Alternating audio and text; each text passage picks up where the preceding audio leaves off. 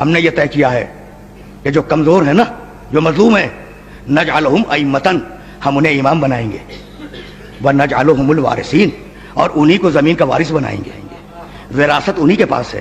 اب ایک بات طے ہو گئی کہ جہاں امامت ہوگی وہی وراثت ہوگی، اور جہاں وراثت ہوگی وہی امامت ہوگی۔ تو اب سمجھ میں آیا کہ وراثت سے انکار کیوں ہوا تھا؟ نہیں، بات واضح نہیں ہوئی۔ بھائی جب بیٹی آئی اپنے باپ کی وراثت مانگنے کے لیے تو بیٹی نے 7 آیتیں پڑھی قرآن مجید سے۔ بھائی توجہ رہے، وَوَرِثَ سُلَيْمَانُ دَاؤُدَ، سلیمان نے داؤد کی وراثت پائی۔ یرثنی وَیرث مِنْ آلِ یعقوب، میری بھی وراثت اس کو ملے، آل یعقوب کی بھی وراثت ملے۔ للہ میراث السماوات والارض، ایک کے بعد دوسری، دوسری کے بعد تیسری، یہ کہتی گئی کہ یہ ہے تمہارا قرآن جو وراثت کی بات کرتا ہے۔ للذکر مثل حظ الانثیین، یہ ہے تمہارا قرآن جو وراثت کی بات کرتا ہے۔ تو 7 آیتیں پڑھی شہزادی نے اپنی وراثت کو اسٹیبلش کرنے کے لیے۔ کتنی؟ 7 آیتیں۔ آیتیں کیا ہیں؟ قرآن ہے نا۔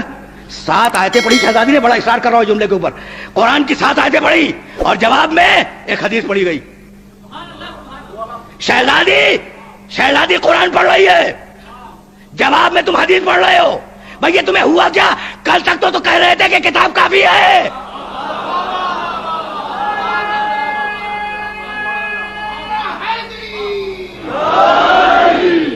بھئی تمہیں کیا ہوا؟